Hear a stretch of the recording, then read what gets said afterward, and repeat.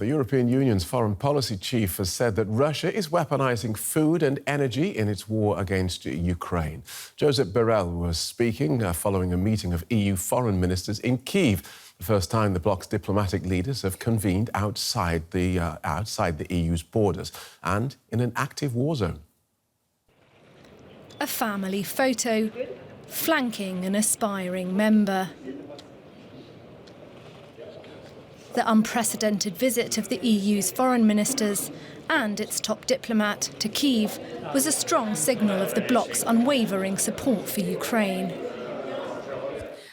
President Volodymyr Zelensky renewed his appeal for backing on defence and further sanctions against Russia.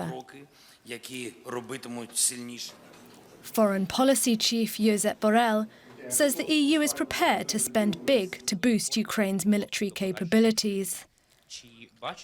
I propose a new bilateral multi-annual envelope under the European Peace Facility of up to 5 billion for the next year in singular, more will come.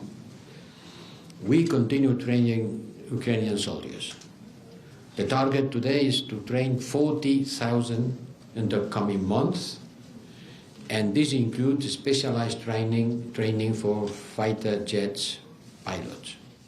Ukraine's Foreign Minister Dmytro Kuleba says that support is crucial.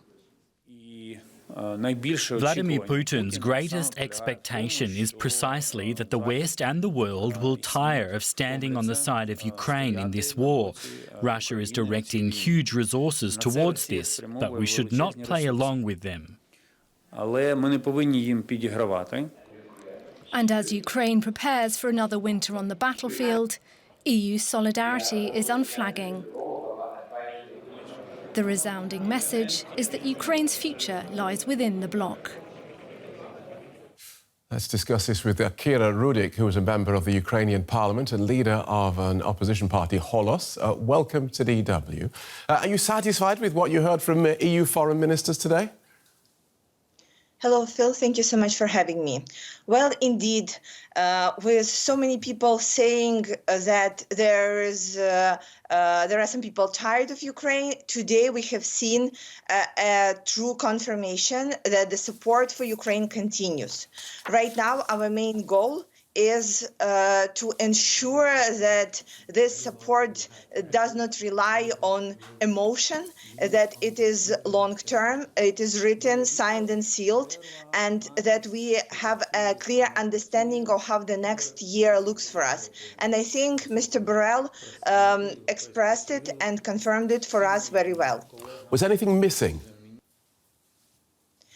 Well, of course, we need more of everything. The truth is that while we are getting the confirmation for additional supplies of weapons and ammunition, Russia continues the production of weapons and ammunition in huge amounts. And you have seen throughout this year that we are using everything that is in our capacity. But it is still very hard to fight the army that is so much more equipped and has so much more artillery in their way. And especially it comes to aviation. Right. As it was said, no NATO country would start counteroffensive without domination in the air. And we didn't have any choice. So right now, our main goal is to get more of everything and use it with the best effectiveness and efficiency that we can. Understood. Despite the show of unity, despite all the talk of unity, despite the EU foreign ministers meeting in Kyiv today, there are cracks appearing in the solidarity of Ukraine's allies.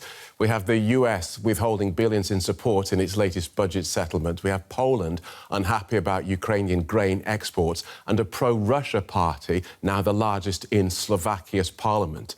How do you get these people, how do you stop those cracks from becoming larger, and how do you get those people back on side? Well, Phil, it is indeed expected, and this is what is Putin hoping for, that the unity of our democratic allies would eventually break, because it is very hard to stay united stay together for a long time. We understand that. And for our side is to keep explaining to people and talking to people and working with democratic leaders, explaining that this is the war that affects everyone. There is no more arguments that we can make up than all the arguments that we have already made. By this time, there is like nothing extra new that we can say, but we can continue working and reminding everyone that it is a fight between the democracy and authoritarian regime, and we cannot afford to lose this fight. And we cannot afford to let Putin's plan to actually be successful. Okay, and let's just pick up that point about unity, because Ukraine should have presidential elections next year. I wonder where you stand on this issue. No decision, as I understand it, has been taken yet. Should Ukraine's presidential elections happen next year? And if they do, would you support Zelensky, the president? Well, first of all, Ukrainian constitution forbids the election during the martial law. And I was one of constitutional majority of members of parliament who voted for the martial law to begin with postponing all the elections during this time. We clearly understood what was at stake and what is at stake and why we need to do it. I understand that there would probably be no other candidate than President Zelensky to run the country as this time of war. And this is why to create additional security challenge for us and our people with the elections would probably be not such a good idea. Okay. So being a democratic country, we stand behind all the democratic procedures, but we just don't see how we can do the elections right now. That's very clear, and I thank you for giving me such a clear answer. Final question then on accession to the EU. In spring, you hope that by the end of this year there would be greater clarity on the timeline of Ukraine joining the EU. Are you still hopeful? Because it doesn't look like coming any closer. I am hopeful, Phil. You know why? Because the hope is the main fuel that we are running on, and we are working using this fuel every single day. Honestly, getting the candidacy to European Union was the first good thing that happened to us last year since the beginning of full-scale invasion. So I can tell you from parliamentary side, we voted for all the necessary legislation last year for all 7 points. And right now we are, of course, waiting for the Commission report that should tell how well we are doing on the executional part.